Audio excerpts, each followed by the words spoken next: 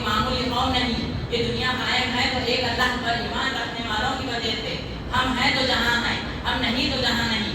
لیکن کیا وجہ ہے کہ آج مسلمان سے لوگ نفرت کرتے ہیں, مسلمان کا مذاق اڑاتے ہیں. کبھی اللہ کا مذاق, کبھی نبی صلی اللہ علیہ وسلم کا مذاق, کبھی قرآن حدیث کا مذاق, کبھی شریعت کا مذاق, کبھی لباس اور داڑھی کا مذاق. مجھے بتاؤ تو صحیح کہ آخر وجہ کیا ہے, کس بات کا اور انتظار ہے؟ میری زبان کو لگام لگا دو اگر میں غلط بول رہا ہوں, میرا کالر پکڑ لو اگر میں غلط بیان نہیں کر رہا ہوں.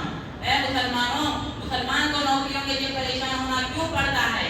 ہمیں گھر کرائے پر دینے کے لیے کیوں لوگ اتنا سوچتے ہیں؟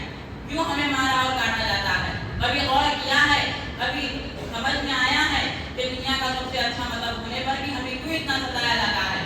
آخر کیوں؟ کیونکہ آج مسلمان نہیں ہے. اسلام تو صحیح ہے لیکن اسلام کے ماننے والے غلط ہے.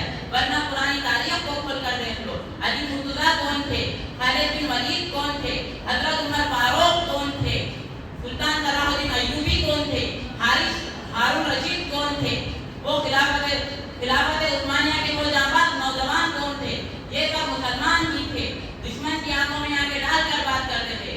کوئی شیر کے اوپر سوار بن کے جا رہا ہے, کوئی شیر کے کان توڑ رہا ہے, کوئی دشمنوں کا صفایا کر رہا ہے.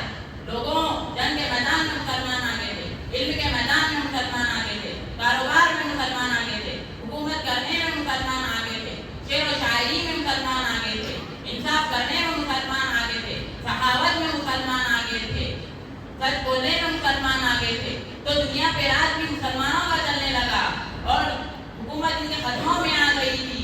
اور دنیا والے چاہے وہ عوام ہو یا خوار, امیر ہو یا غریب, فقیر ہو یا بادشاہ, سب ادب سے پیش ہوا کرتے تھے. لیکن آج بڑے افسوس کی بات ہے, معاملہ پورا الٹا ہو گیا ہے. جن کی آنکھیں کبھی احترام میں جھکی رہتی تھی, آج وہی دنیا والے لوگ ہماری آنکھوں میں آنکھیں ڈال کر بلانے لگے ہیں.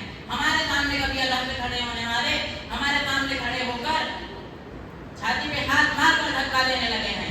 جن کو پہلے مذہب اسلام سب سے الگ لگتا تھا, آج وہ لوگ مذہب اسلام پر اعتراض کرنے لگے ہیں. مسلمانوں, ایسا کیوں ہوا؟ کیونکہ ہم نے مذہب سے بے وفائی کی, ہم نے نبی صلی اللہ علیہ وسلم سے بے وفائی کی, ہم نے اللہ سے بے وفائی کی.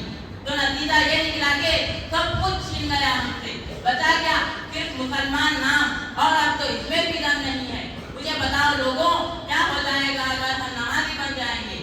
کیا ہو جائے گا اگر ہم شراب اور جوئے سے دور ہو جائیں گے؟ میں یہ دعویٰ نہیں کرتا کہ تم حاکم بن جاؤ گے, کم سے کم مذہب کا نام ہونے سے بچ جائے گا, کم سے کم ہماری آنے والی نسلوں تک تو صحیح دین پہنچے گا. میری بات کو ہلکے میں لے کر مت اٹھنا, اس پر غور ضرور کرنا. بازاروں میں پھرتے ہو, شادیوں میں جاتے ہو, دعوتوں میں جاتے ہو, ہوٹلوں میں گھنٹوں بیٹھتے ہو, سب کام میں وقت دیتے ہو سوائے اللہ کے, سب پڑھتے ہو سوائے قرآن مجید کے, سب کی دعوت قبول کرتے ہو سوائے موذن کی اذان کے, سب پہنتے ہو سوائے اسلامی لباس کے. میرے پیارے مسلمانوں, اتنا تو اسلام کو شرمندہ نہ کرو, کچھ تو خیال کر لو اپنے مسلمان ہونے کا. ورنہ یاد رکھو, آنے والی نسلیں ہمیں یاد تک نہ رکھیں گی اور نہ ہمیں معاف کرے گی. مکمل غریب بننے کو نہیں بول رہا ہوں, صرف مسلمان بننے کو بول رہا ہوں. اللہ تعالیٰ مجھے بھی اور تمام مسلمانوں کو صحیح مسلمان بننے کی توفیق نصیب فرمائے. آمین.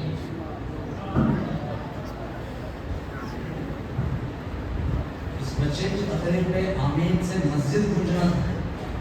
اگر آپ کو بات سمجھ میں آ گئی ہو, اندر احساس باقی ہو, تو زور سے میری دعا پر آمین کہو کہ اللہ تعالیٰ اس بچے کی کہی ہوئی بات پر ہمیں عمل کرنے کی توفیق نصیب فرمائے.